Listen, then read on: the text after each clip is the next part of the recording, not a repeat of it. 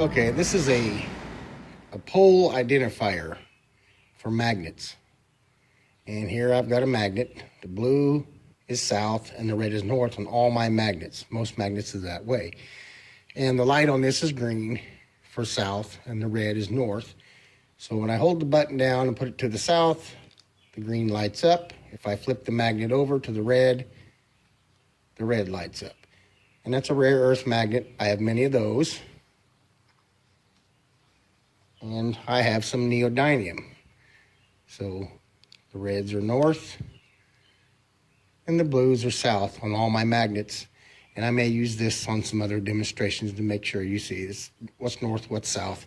But anything that's red will be north, blue will be south, okay? And we'll move on. Okay, what I have here, my two magnets, is just a piece of plywood with some slick plastic inside to make it real slick. I have two magnets. The blues together repel, the reds together repel, north to north or south to south. But if I put red to blue, they attract. We know that. That's how magnets work. And when I got them both same side together, they repel, and it pushes it around, as you can see. But if I flip one over, they attract, okay? Those are just little rare earth magnets, not very powerful. These are neodymiums, much more powerful, N42s. So if I put red to red, it spins. It does not, they don't play well together. They immediately want to spin at that distance and come together. And when they come together, it's pretty powerful. So I want to show that. We all know magnets do this, and that's part of it. And we know a magnetic field. I'm going to turn this sideways. Take a rare earth on this side and a neo on that side, so we know it goes through that. And you can see I can move that one like that, or I can move that one like that. So we know magnetic fields do penetrate about any material. So I want to make that clear too. And we'll move on. Okay, what I've got here is just an old computer monitor from an old Dell, a desktop. It's the old tube type, you know, CRT. It's not LCD or LCD screen or anything like that. And I've got some magnets here. These are just some rare earth magnets. They're stacked up. But the blue side is south, as you can see, and the red side is north, okay? So remember, blue, like all my magnets, most magnets, blue is south, red is north, okay? And we're going to turn this on. That was wild. When I turned it on, I felt the jerk in the magnets in my hand. I could feel them pop. But you notice it's already changed the color of the screen there. But what I want to show you here is the rotation. Magnets have a rotation to their magnetic field. It's not just an acceleration, as I claim, coming in the south, bouncing around and bouncing off the north to the south. It rotates as it does that, and I'm going to prove that with this screen for one way to prove this. So watch the box, not just the colors, but watch the rotation of the box itself as I bring this in close. Do you see it rotating? So the south rotates to the left. It's rotating this way, from the top toward your left, top down toward your left, like that. See how the box moves? Now if I turn this around to the north side, the red, it rotates the other way, that way. So they reverse each other. And it went off. But you saw that. The south side rotates this way. The north side rotates that way. But when you look at a magnet from the side, they're actually both rotating in the same direction. It just depends on which end you're looking at it. And I'm going to show you that next with another demonstration. And we'll do that. Okay, I've got my magnets again here. That's the same one we used on the TV screen. And, you know, blue is south, red is north. When we had the blue facing the TV screen, it was rotating this way. So if I take this wheel and turn it that way, I have to rotate it this way.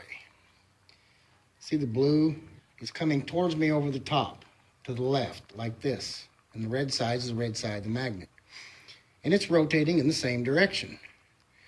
But if you notice, when you're looking at it from this way, I'm using this as the magnet, they're both coming towards us. The red arrows are coming towards us, and the blue arrows, they're both coming towards us on the top, if you see that. But if you notice, this way, it's rotating to the left, right? It's rotating to the left, like the blue did to the TV screen. But when I turn the red to the TV screen, it's rotating to the right, because we've just turned it around. We've turned our magnet around. So it rotates in one direction, like that, but it just depends on which end you're looking at as to which way it looks. It's actually rotating on the end. So I wanted to make that clear. I use this to do it. See, the arrows are always moving in the same direction, towards us on top, coming towards us on top. But when you turn it to the side, the red's going to the left, and so is the blue. If I turn it this way, now the blue's going to the right, and so is the red. So they're actually rotating, as the magnet's concerned, it's all one direction of rotation. It just depends on which end of the magnet you're looking at. So it's only one direction of rotation. And you can kind of think of it like threads on a bolt. If you look at one end, it rotates one way. If you look at the other end, it rotates the other way. So I wanted to make that clear.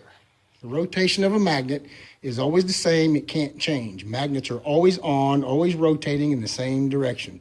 And every magnet I've had, the south rotates to the left towards the TV screen, and you turn it around, and the red, north, will rotate to the right. So if you look at it from the side, if the blue is to your left, like this, it'll be rotating towards you. If the blue is to your right, like that, it'll be rotating away from you on top. See, on top, it's coming towards us, and on top, it's going away from us, depending on which way you're looking at it. But they all seem to rotate the same direction. If you point the blue towards the TV screen, it rotates like that. And if you turn it around, then it rotates the other way because you've spun it, see? Just wanted to make that clear. And we'll move on. Okay, what I have here are two hemispherical coils, and they're just like these two. And if you notice, they're wound where this one coils this way, and then it'll interconnect with this one. So it's like both coils go in one direction. They're wound to where when they meet halfway like this, it's like one big coil, going from a small end through the big one, hitting the other big end, going to the small end, all in one direction, okay? So they're kind of like these two big coils here, kind of like that. They connect together, and they rotate in the same direction. So I'll move these out of the way. And inside here, I have a couple of plastic posts, some washers where the coils can move like this, back and forth, both of them simultaneously, together or apart. In here, I have a 1-inch sphere neodymium magnet. Your right side, if you notice, is south. The left side is north. Right is south, left is north. If you noticed on my other video with the TV screen about the rotation of the magnets, which you should have saw before this, the blue always turned to the south, turned the TV screen to the left. Away from, you, when the blue's towards the screen, it turned it left. It rotated to the left, which would make the red, when you look from this end, also rotating to the left. And if you turn it around, it reverses. So right now, this magnet is rotating that way, away from us on top, okay? And these coils can go either direction. That's what I'm going to show you. So what I have here, the red adapter is a DC 10 volts, 700 milliamp DC, just like you charge your phone with or whatever, but this is 10 milliamps, 10 volts. Sorry, the camera moved on me. 10 volts, 700 milliamps, but this one is AC, and it's 11.2 volts, 400 milliamps. What we're going to do is start with the DC. And what I do, I plug it in just out of the wall, 120 volt AC, and I've got this set up just for this. I've reversed the plugs here. I've got a switch here. This switch will reverse the directions of which way this current on this DC will go, either through this side and out that side, or when I switch it the other way, it goes back the other way. I can reverse the direction of current with this bi-directional switch. In the middle, it's off. What I want to show you, and I'm not sure which way I'm plugged in here, when the current goes in the red wire and out the green wire, the coils will pull towards this, because they're going to have the rotation of the magnetic field of the current going in the same direction as the rotation of the magnetic field of the magnet, like I showed you with the TV screen. So I'm not sure which way it's going to be, but we'll try. There it is. They pull together. So the magnetic field of the current and the wires is assisting the magnet in its rotation and acceleration. So it pulls them together. Now what I want to show you is by pulling them together, and when I put the switch in the other direction and run the current backwards, watch what happens. It pushes them apart. That way they pull together, this way they push apart. And it's not so much the acceleration of the, gravity, as far as my theory is concerned, accelerated gravity of the moving through the wire, which is an electric current, and the accelerated gravity of the rotation of the magnetic field of the magnet. It's not just the acceleration, it's the direction of rotations. When they're rotating in the same direction, they work together. When they're rotating in opposite directions, the magnet tries to get rid of them because it can't change direction, and the wires are rotating in their direction, the wrong direction. So I wanted to show you that. Same direction, it's rotating this way with the magnet, and now it's rotating opposite the magnet, wrong direction, and it pushes them away. So I wanted to show you that. That's a DC current. I can change which way it goes through here, kind of like I showed you with the other coils. Now what I want to show you is with AC, which this will do basically the same thing our AC current does. Get rid of the DC adapter. The AC adapter, and it's not going to matter which way I switch this switch, because it's going to be going back and forth 60 times a second. Just smaller voltage than what's coming in on the wire. This reduces it down, but it's still AC, back and forth. So let me show you what happens one way.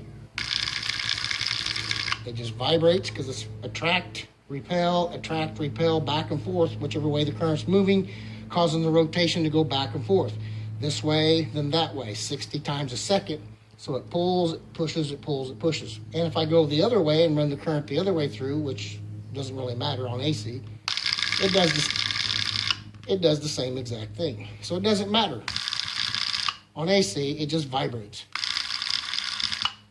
But on DC, you can make it go through one direction, and it pulls if it's in the right direction, or it pushes if it's in the wrong direction. This is trying to do both, back and forth 60 times a second. So I wanted to show that. That's just another proof that there is a rotation to a magnetic field, and you can use electric currents, the rotation of an electric current, to work with that, work against it, kind of like my solenoid I showed you, or will show you if I haven't showed you yet. But that's what this is about. The rotation of the magnetic field of a magnet cannot change. The blue side always rotates to the left towards the screen or away from it, and if you turn the magnet around, the red side rotates to the right. But it's always the same direction of rotation, just depends on which end you're looking at. So this proves that there is rotation to a magnetic field. And we'll move on. Okay, I've got my two, these are just magnets out of a speaker, little flat rare earths. And the blues are south, they repel. The reds are north, they repel. And if I hold them the other way, they hold together. or attract. But what I want to show here, if I put one on this post, it's just a plastic post on a piece of wood. This is a little stand I'm going to use in a minute. Put one magnet on there, and I put the other one, the same pole, down, blue, south to south. It defies gravity, or it seems to. And I can push it down, but it shoots it back up, right? So it would be obvious, or it would be an illusion to think this is defying gravity, right? Because they don't come together when they're on the opposite poles. And I can do it red to red, north to north, and I get the same result. Okay? So next what we're going to do is we're going to prove that that's not defying gravity. And we'll do that now. Okay, what I have here is just a little kitchen scale, and it's pretty accurate, down to grams. And it's on 0, if you can see that. And I'm going to put this little stand on here to keep my magnets away from the scale, or it messes with the readings. And when it settles, I'll reset it to 0. So now with the stand on there, it's at 0. What we're going to do now is we're going to weigh this stand. And we're going to weigh our 2 magnets. I put them together so they'll stay together. And we're showing 654 grams, 654 grams. 654, remember that, 654. So now I'm going to take the magnet and I'll put one on there, 425, and then I'm going to put the other one on in repel mode. Well, it's 655, but 654 is what we had a while ago. It's showing a gram difference. There's 654. I might have had that moved. So we're not really defying gravity. The bottom magnet is just holding the weight of the top one, but they're still both being pulled to Mother Earth. The static charge is going through them both, but they just can't touch each other because of the acceleration. But Mother Earth's still pulling them both down as it did before. So that doesn't defy gravity. Magnetic fields in this situation do not defy gravity. They give the illusion that it's defied, but they don't defy gravity. So I want to make that clear. It's just that one is supporting the weight of the other. Okay, what I have here is an aluminum tube. This black thing is just a piece of PVC plastic so I can hold it and put it on apparatuses to hold it there while I do this experiment so I can have a hand free. Anyway, it's just an aluminum tube about 1/4 inch thick, 1.5 inch diameter. I have a 1-inch neodymium magnet. You know, it doesn't quite fill it up, but it fits in there, you know, pretty close. And this is just a coffee container with foam in it to catch the magnet when it falls through. We've all seen this on YouTube, or possibly you've done it. So I'm going to drop the magnet into the tube back here, and you'll see that it doesn't just drop down with the speed to hit the ground like it normally would. The tube will slow it down from the eddy currents. And we all have probably seen this. So there's the tube, here's the magnet I'm going to drop. 1, 2, 3, 4, almost 4 seconds. And we'll do it again. 1, 2, 3, 4. Count of 4. And if I drop it from the same height without the tube, 1, about 1 second. If you see that. Ready? 1. So it looks as though this makes the magnet defy gravity, but it doesn't. We'll drop it to the tube again. And 1, 2, 3, 4. So I want to make that clear. It looks like it's defying gravity, but in the next segment here, we're going to move on to, I'm going to prove to you with the scale that that's not true. Gravity is not defied, it's just transferred. And we'll do that. Okay, now we're going to take the aluminum tube and put it on our scale. And it shows 813 grams. I'm going to add the 1-inch Neo, 877. Now I'm going to drop the Neo down inside the tube. Watch the numbers. 813 again. 1, 2, 3, drop. 875, but way before you heard the click.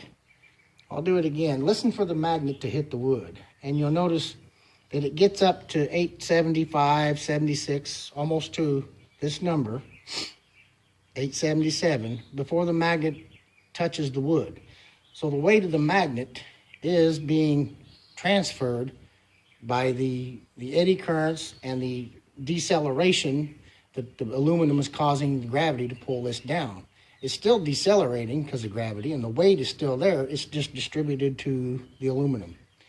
And we'll do it again. 1, 2, 3, drop.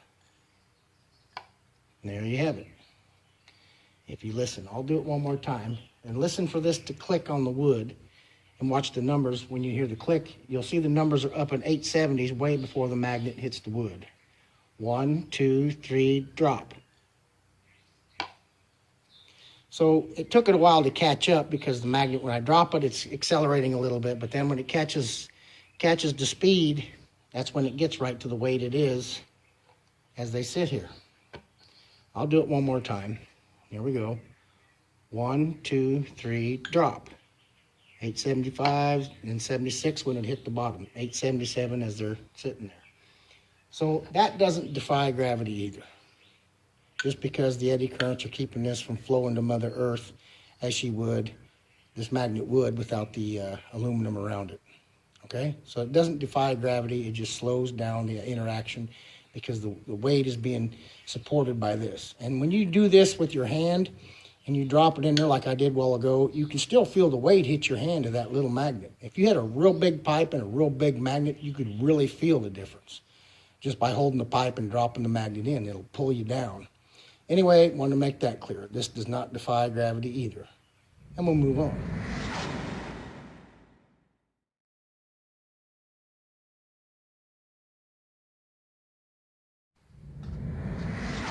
Okay, what I've got here is a piece of wood with another piece of wood and another piece of wood and another piece of wood.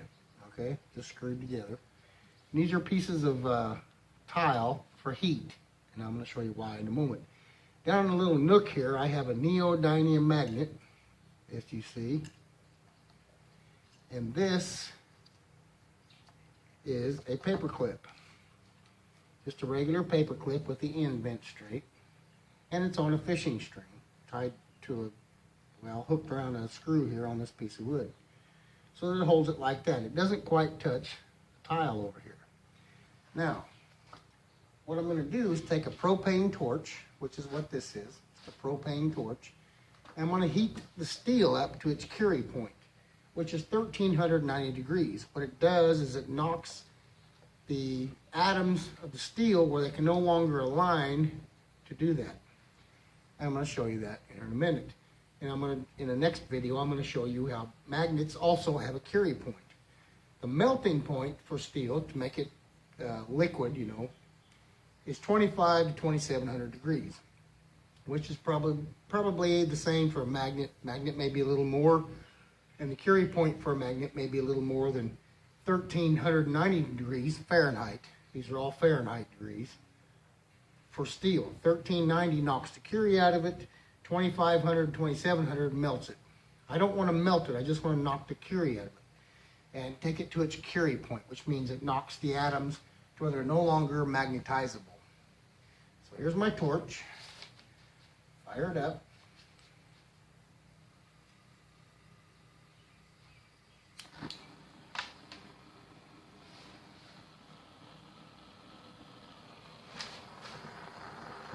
And we'll heat up the steel. And it's at its Curie point, and it's dropping, dropping, dropping, and it falls. And then when it cools off, it goes back up. And I'll do it a time or two. Knock the magnetization out of it. It can no longer align with the magnet. But once it cools off, it does. And I'll do it one more time. Like I said, I don't want to melt it. I just want to knock the organization of the atoms out where they can no longer align. And it aligns back up. So that's the Curie point for steel on magnetization. If you see here, it's back to normal.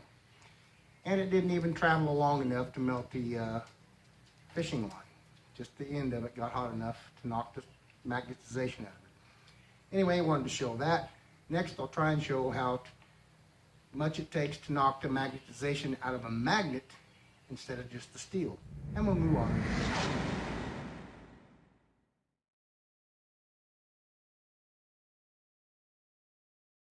Okay, what I have here is a piece of neodymium magnet. It's a broken one. This is the only one I want to destroy. And it sticks to steel. This is a piece of steel, piece of wood, on top of some plastic, and this is my cutting torch. What I'm going to use for my heat. But if you notice, the paper clip will stick to it, like that, and it holds it up, if you notice. Holds it up vertical, or it won't do it over here, it just lays down. But there it holds it vertical, okay? So the magnet is working. The magnet is working. 24 hours a day, 7 days a week, this thing is working. See? Paper clip sticks to it and stays there. So next, I'm going to fire up the torch, and I'm going to heat the magnet up to its Curie point, which may be 1390 like steel, like this was in my last video, or it may be higher than that. I'm not sure. I don't have a thermometer to tell, but we're going to move on and do that. So I'll take my torch.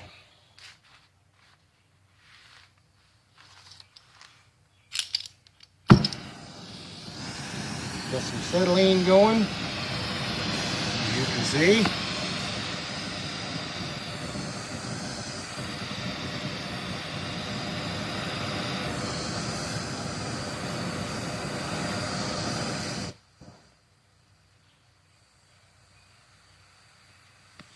And I get a pretty hot tip going here on my torch.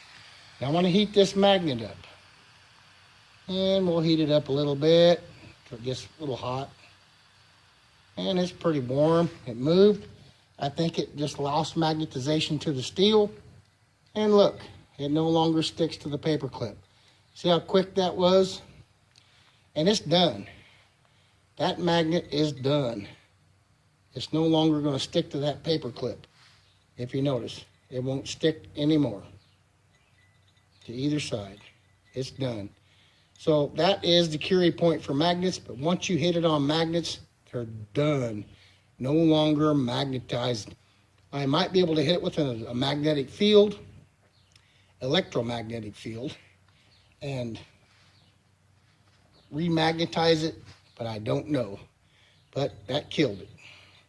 But remember, steel, on our last video, you heat it up, it quits. It no longer is magnetized because the alignment of the domains are done. But once it cools off, they realign and it sticks again.